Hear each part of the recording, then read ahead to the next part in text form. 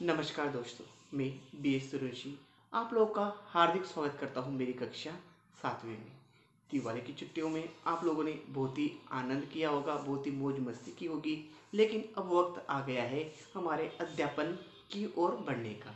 तो आज हम अपने इस सिलेबस की जो कविता, हमारा पहला पाठ अस्पताल था, लेकिन उससे पहले हम कविता से शुरुआत करते हैं। तो जो कविता हम पढ़ने के लिए जाने वाले हैं वो कविता आज के युग के लिए या हमारे समाज के अंदर के जो बेटा या बेटी की जो भेद है उसे नष्ट करने के लिए बड़ी ही लाभदायक है या प्रेरणादायक है, ऐसा हम कह सकते हैं। इस कविता को लिखा है, उनका नाम है आनंद विश्वास। आनंद विश्वास जी का जन्म जो था वो जुलाई 1949 में उत्तर प्रदेश में हुआ था। वे अंधविश्वास एवं अपने कामों से या मजबूरी को दर्शाने वाले लोगों को प्रेरित करने के लिए अपनी कविता, अपने लेख के माध्यम से उन लोगों को प्रेरित करने का या उनको राह दिखाने का प्रयत्न किया करते थे। अंधविश्वास से उन्हें सख्त नफरत थी। अगर समाज को अंधविश्वास से निकालेंगे तभी समाज का विकास होगा या प्रगति वह कर पाएगा, ऐसी उनकी सोच थी। उनकी कई सारी कलाकृतियों को लोगों ने खासा उनकी प्रशंसा की थी या उन्हें बहुत मान सम्मान दिया था। उनमें से थे मिटने वाली रात नहीं, पर कटी पाखी, देवम, गर्मा गर्म थपड़े लू के, बहादुर बेटी। ऐसे कई सारे उनके जो लेखन संग्रह है वो खासे प्रसिद्ध हुए थे। आज जो कविता है हमारी बेटी युग, इस कविता में कवि हम लोगों को यह संदेश देना चाहते हैं कि बेटियों की शिक्षा, उनके शिक्षण का महत्व या उन्हें अपने आप या आत्मनिर्भर बनने के लिए किस तरीके से प्रेरित करना चाहिए या उन्हें किस तरीके से मौके देने चाहिए, इसके बारे में जानकारी दी गई है। तो अब हम उस कविता की ओर बढ़ते हैं। हमारी कविता का नाम है बेटी युग। अब बेटी युग से आपको पता ही लग गया होगा कि वो लड़कियों को या लड़कियों को आगे बढ़ने के लिए प्रेरित करने वाली कविता है। नानी वाली कथा कहानी अब भी जग में लगे सुहानी, बेटी युग के नए दौर की आओ लिख ले नई कहानी। तो कवि हम लोगों को यह संदेश दे रहे कि आज इंसान कितनी प्रगति कर चुका है। विज्ञान का साथ प्राप्त कर कर उसने कई सारी ऊंचाइयों को छू लिया है। आज हमने अपने मन को आनंद देने के लिए या हमारे मनोरंजन के लिए कई सारे साधनों को विकसित कर लिया है, कई साधनों का निर्माण कर लिया है। लेकिन जो मजा दादी या नानी की कहानियों को सुनने में मिलता है वो मोबाइल या किसी स्क्रीन पर देखी गई फिल्मों एवं कहानियों से हमें नहीं मिलता है। जब हम दादी या नानी की गोद में अपना सर रखकर सोते हैं और दादी या नानी अपनी कहानी कहना या सुनाना शुरुआत करती है तो मानो हमें ऐसा लगता है कि ना तो वो रात खत्म हो ना तो वो कहानी खत्म हो। उनकी कहानियों से मिलने वाले संदेश, भावनाएं, प्रेरणाएं, ये सारी बातें हमें एक अच्छे इंसान बनने में मददगार साबित होती है। इसलिए कवि कहते हैं कि नानी वाली जो कथा कहानी है अब भी लोगों को बड़ी सुहानी लगती है। सुहानी का मतलब होता है सुंदर या अच्छी, यानी हम उसे पुरानी नहीं कह सकते हैं या पुरानी विचारधारा नहीं कह सकते, लेकिन आज भी उसमें मनोरंजन के साथ साथ हम लोगों को कई सारे भावनाएं या कई सारी मॉरल्स उन कहानियों से हमें सीखने को मिलती है। बेटी युग के नए दौर की आओ लिख ले नई कहानी।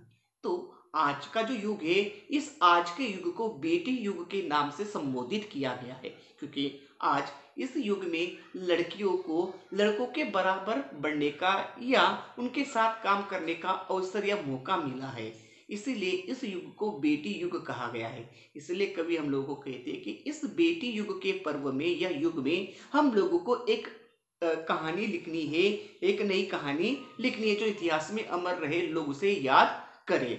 कई सारे ऐसे इंसिडेंट्स आपने देखे होंगे जो हो चुके हैं कई साल पहले, लेकिन आज भी हम उन्हें पढ़ते हैं या उनके बारे में सोचते हैं तो हमें वो नई लगती है, उनसे हमें कोई ना कोई नई बात सीखने को मिलती है। उसी तरीके से बेटी युग अब जो चल रहा है, उस बेटी युग के माध्यम से हमें एक ऐसी कहानी ही लिखनी है जिसकी वजह से लड़कियां या नारियों को मान सम्मान समाज में मिल सके।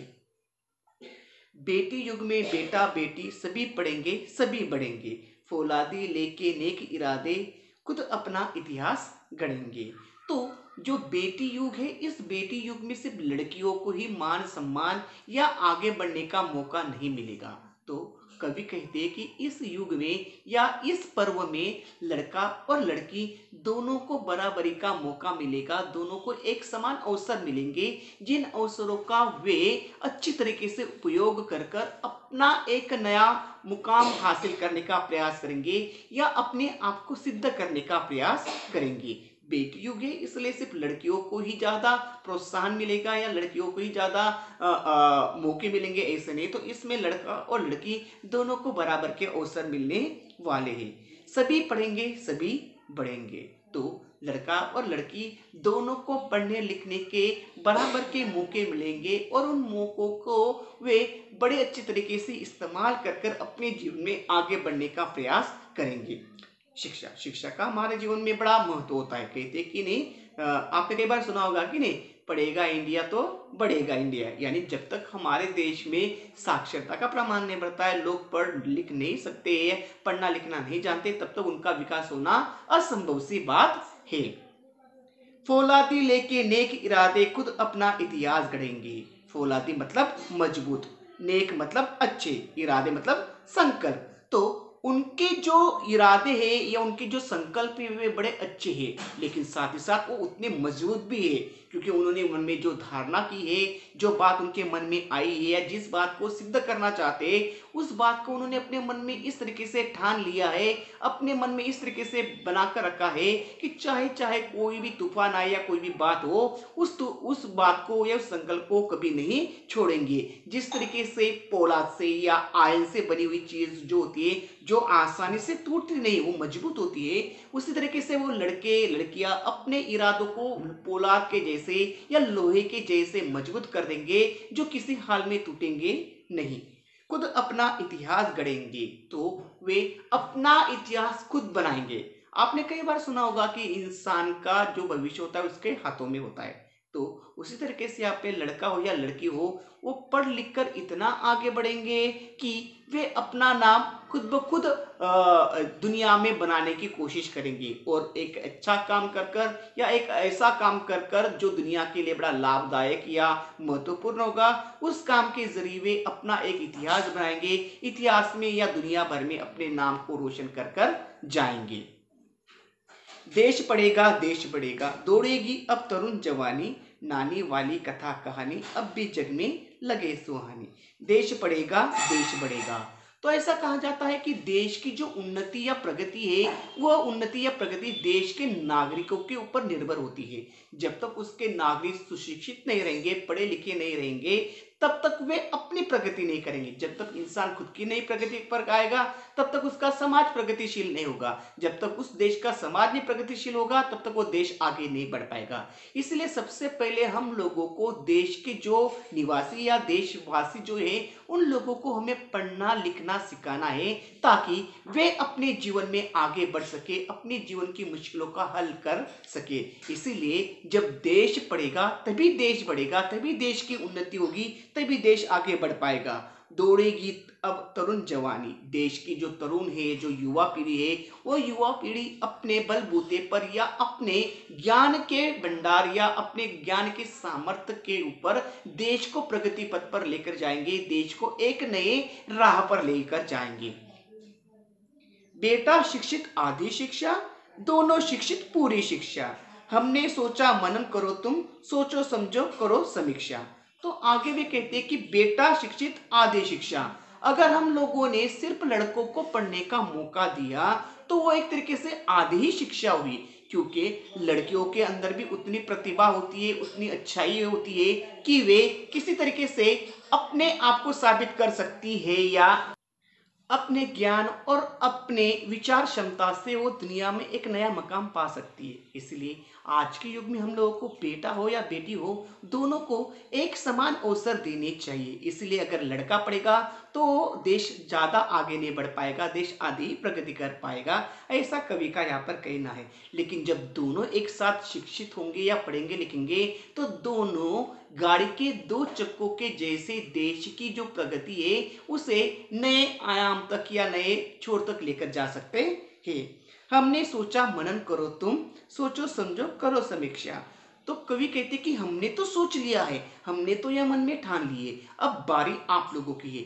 आपको भी इस पर मनन करना है। मनन करना मतलब सोचना, आपको भी सोचना है और सोच समझकर आपको समीक्षा करना मतलब आपको परीक्षण करना है। आपको देखना है कि किस तरीके से लड़का और लड़की दोनों पढ़े लिखेंगे तो देश किस तरीके से प्रगति करेगा।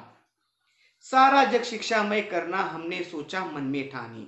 हम लोगों ने एक इरादा बनाया है, हम लोगों ने एक संकल्प लिया है कि हम लोगों को इस सारे जग को, सिर्फ अपने देश को नहीं, सारी दुनिया को शिक्षामय बनाना है। क्योंकि अगर कोई अनपढ़ व्यक्ति होगा तो लोग उनका फायदा उठाते हैं, उन्हें ठगने का प्रयास करते हैं। तो ऐसे लोगों से हमें अपनी दुनिया को, अपने लोगों को बचाना है। इसलिए हम लोगों ने ऐसा संकल्प लिया है कि हमने इस पूरी संसार को या दुनिया को शिक्षामय बनाना है। उन्हें पढ़ने लिखने की बात हमने ठान ली है। ठान लेना, निश्चय करना। अब कोई ना अनपढ़ होगा, सबके हाथों पुस्तक होगी, ज्ञान गंगा की पावन धारा सबके आंगन तक पहुंचेगी। तो कवि कहते कि अब इस दुनिया में ना तो कोई अनपढ़ रहेगा, ना तो कोई गंवार रहेगा। हर व्यक्ति जो होगा उसके पास जो है उसके पास किताब रहेगी, पुस्तक रहेगी और उस पुस्तक के ज्ञान की गंगा के द्वारा वह अपने आंगन तक उस ज्ञान गंगा को लेकर जाएगा।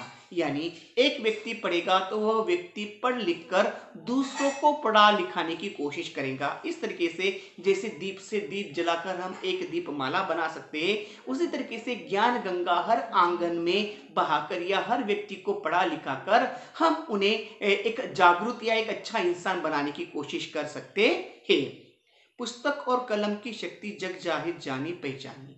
तो पुस्तक और कलम की जो शक्ति है, पुस्तक किताब, कलम मतलब पेन, तो पुस्तक और कलम की जो ताकत है, उसके अंदर जो सामर्थ्य है, इन चीजों को इस पूरी दुनिया ने जाना है, पहचाना है, समझा है।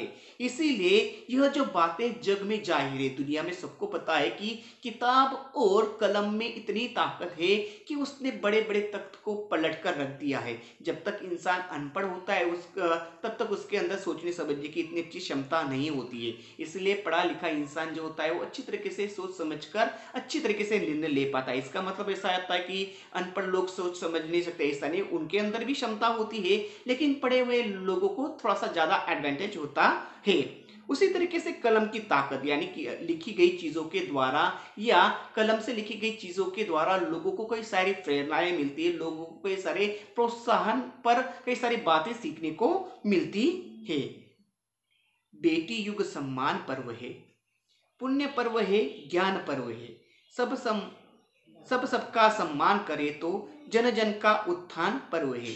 तो जो बेटी युग है, बेटी युग एक सम्मान का पर्व है। पर्व मतलब त्योहार। तो बेटी युग जो हम कह रहे हैं वो एक सम्मान का पर्व, एक त्योहार है जहां पर हर व्यक्ति को, सिर्फ लड़कियों या महिलाओं को मान सम्मान नहीं मिलेगा, वहां पर हर किसी को मान सम्मान मिलेगा। लेकिन हाँ, उन्हीं लोगों को जो उस मान सम्मान के सही हकदार है, उन्हीं लोगों को अधिकार मिलेगा, ऐसा उनका कहना है। पुण्य पर्व है, ज्ञान पर्व है। तो यह जो पर्व है, जो बेटी युग का जो पर्व या त्योहार है, यह बड़ा ही पावन, बड़ा ही पुण्य है। साथ ही साथ वो ज्ञान से भरा हुआ है, जिसमें ज्ञान का पुण्य भरा हुआ है। ज्ञान से ओतपोत वो जो पर्व है वह बना हुआ है। सबका सम्मान करे तो जन जन का उत्थान पर्व है। जब हर कोई हर किसी का सम्मान करेगा तो इस दुनिया में किसी भी तरह की क्या कोई झगड़ा या लड़ाई नहीं रहेगी। हर व्यक्ति हर किसी को अच्छा समझेगा, उसका मान सम्मान करेगा, तो दुनिया में मतलब कोई किसी का दुश्मन नहीं बन सकता है, किसी के साथ दुश्मनी नहीं हो सकती है। जन जन का उत्थान पर्व है। उत्थान मतलब प्रगति। हर इंसान की प्रगति का यह युग है या पर्व है, ऐसा कवि कहना चाहते हैं। सोने की चिड़िया तब बोले बेटी युग की हवा सयानी। पुराने जमाने में जब भारत में धन संपदा बहुत मात्रा में थी, तब भारत को सोने की चिड़िया कहा जाता था। लेकिन अंग्रेजों के आगमन से यह सोने की चिड़िया एक तरीके से गरीबी में परिवर्तित हो गई थी। लेकिन बेटी युग की वजह से यह परिवर्तन फिर से आएगा। उस सोने की चिड़िया कहलाने वाला भारत देश का जो मान सम्मान है, वो फिर से हम उस अपने देश को देंगे, ऐसा कवि का कहना है। बेटी युग की हवा सयानी, सयानी मतलब समझदार। बेटी युग की जो हवा चली है, उस हवा ने सभी लोगों को समझदार सयाना बनाकर रखा है। इसलिए हर व्यक्ति जो इस बेटी युग में है, वह व्यक्ति अपने देश की प्रगति के लिए हमेशा तत्पर रहेगा। नानी वाली कथा कहानी अब भी जग में लगे सुहानी। तो नानी वाली जो कथा कहानी है, आज भी दुनिया के लोगों को या हम हर व्यक्ति को बड़ी सुहानी, बड़ी अच्छी लगती है। तो कवि ने हम लोगों को इस कविता के जरिए बेटियों को या लड़कियों को पढ़ाना, उन्हें मान सम्मान देना, उन्हें जीवन में आगे बढ़ने के लिए प्रोत्साहित करना, इन सारी बातों को सिखाया है।